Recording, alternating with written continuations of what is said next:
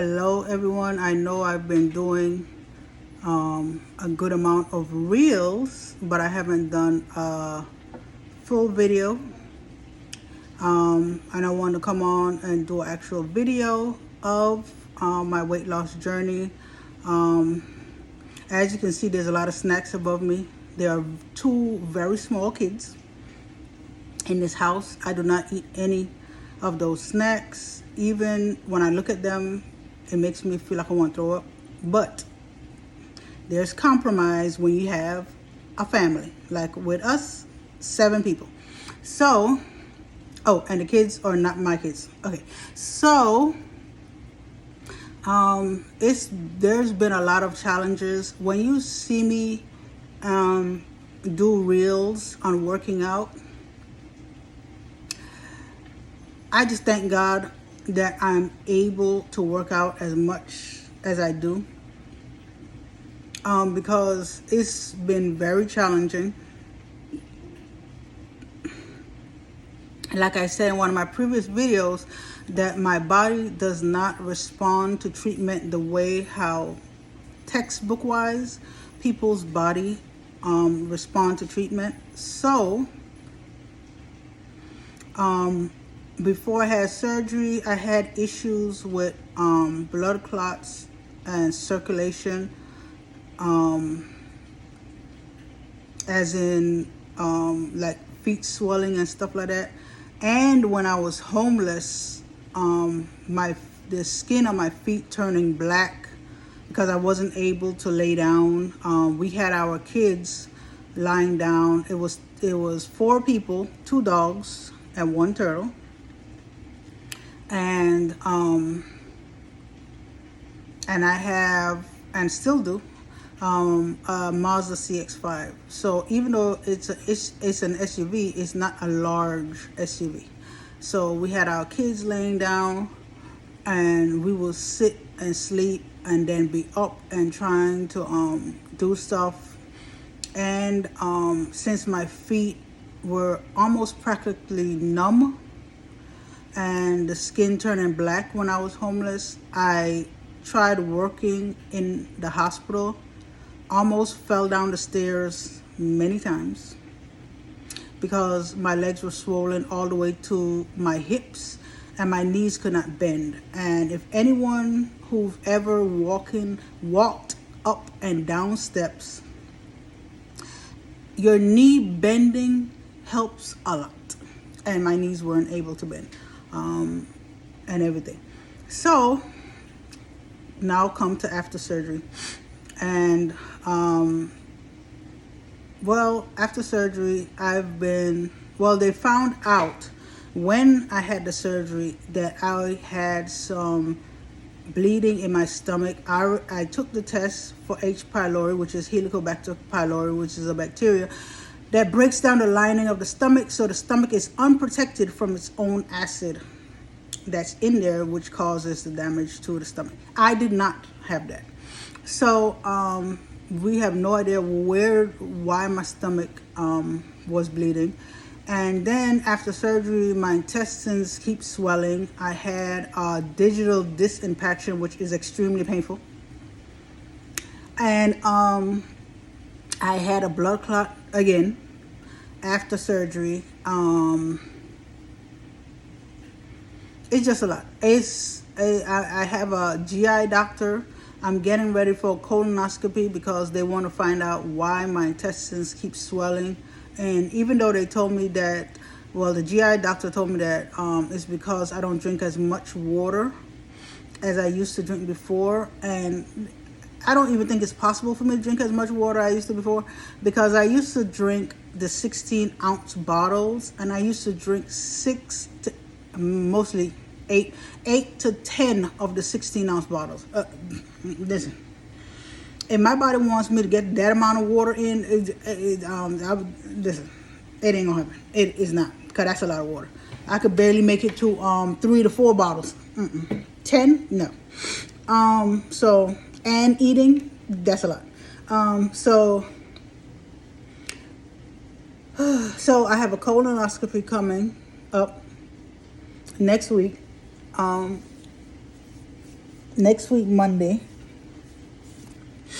And I have to see a cardiologist because before surgery, even though I was extremely heavy, I did not have high blood pressure. I did not have high cholesterol. I did not have diabetes. I didn't have, those things.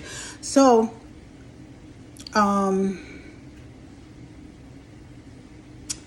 my blood pressure drops to 80s over 40s. And,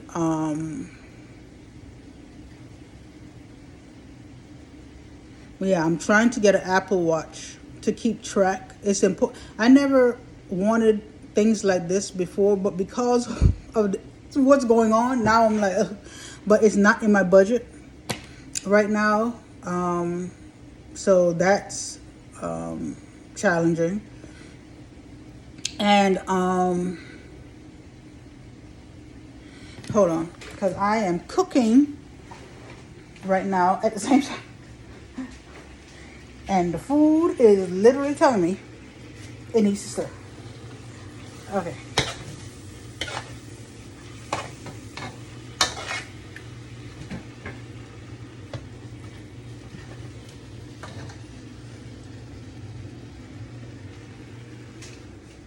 Okay, let me turn this down.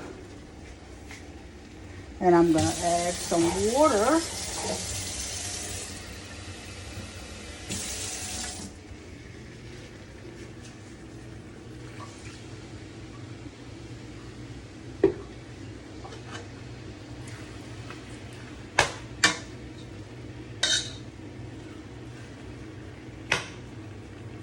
I'm cooking for my dad right now. Sorry, gotta do 10 things at one time. If you want to know what I'm cooking, let me turn the camera. Try not to put it too close. This is corned beef, and I just finished making, I can't put it too close because it's gonna all steam up here. I'm making some seasoned rice. Now, getting back to what I actually am talking about here. So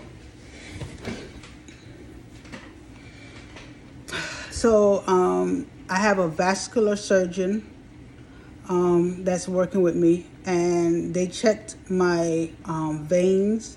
So now they're trying to check my arteries to find out why my blood clots. So basically, when anyone sticks me with a needle, for some reason, okay, there's usually some blood that escapes from the blood vessel and goes underneath the skin that look like bruising. However, in my case, not only is it happening underneath the skin, but it's happening in the blood vessels too. And I didn't have this problem before, so I never thought, and they would never thought, that these type of things would happen with vertical sleeve gastrectomy. Basically, my body is literally fighting and rebelling against the changes. Ever since I was 8 years old, I've been overweight. So it's been like a lifelong struggle, and I've lost weight in periods of my life. One time, oh my goodness, I live in Florida. I used to go to Jackson Senior High School, and I was close to graduating when I was 17 years old to go into college. And they told me, well, you're missing a PE. So I'm like, so I went to school during the summer, and I took PE, and the coach at that time was, oh my goodness, rigorous. You would have to run the football field against the fence, the whole perimeter of the football field, and you cannot stop. You have to run, then you have to walk. There is no stopping. That period of time, I lost a good amount of weight. I was still overweight, but I lost a good amount of weight. And then The next time was when I went and on an unsustainable diet change. I used to eat melons, watermelon, cantaloupe, honeydew, stuff like that. I mean, that time, and I used to dance. And that time, I lost a good amount of weight, but I was still overweight. So my body kind of like has like this limit that it only allows. And since surgery, as of today, I didn't weigh myself today, but the last time I checked, I've lost 85 pounds, and my body is fighting. I'm telling you, my body is fighting. My body's looking like, hold up, wait, what's going on here? What's going on here? What's going on here? I'm telling you, with the blood pressure dropping, feeling dizzy, almost passing out, knees giving out, my feet are starting to swell faster than they were before surgery, unbelievably. And they were like, you gotta walk, you gotta walk, you gotta walk, it's gonna help with circulation naturally and textbook wise. And so it's supposed to happen that way, but my body looking like no. Even when I go on a treadmill and I walk, I have to wear my sneakers really tight, and I try not to wear what they call gym apparel, because if there's any type of pressure on my upper body, my legs and my ankles swell 10 times faster. They're already swollen already, but they're going to swell even 10. I don't care how much walking I walk. The other day, I walked until my heels started hurting. And you know what happened? My feet swelled up. Same thing. It did not change nothing. I'm talking about I'm doing leg presses to use that muscle even more, walking, power walking. I do hill on the treadmill. If you see one of my reels, I just started running in the pool. Listen, I'm making sure I cook with food that decreases inflammation. I mean, it's just on and on and on. And yeah, nothing's working. So my primary doctor said that she's afraid to order medication for me, because right now I take vitamin, and which is another thing. I took some labs and realized that my sodium was low, my hemoglobin's low, my hematocrit is low, my iron is severely low that there's an alarm on the thing. My ferritin is low. Labs are just all over the place. So my body is literally fighting. I don't know why. Some people, it's so easy for them to lose weight and the body feels a certain way, and my body is literally like, no, I'm not gonna let go. I'm not gonna let go. I'm not. Oh, Father.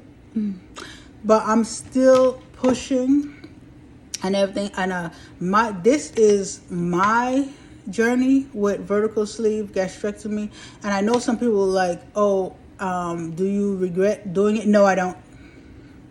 It sounds crazy, but no, I do not.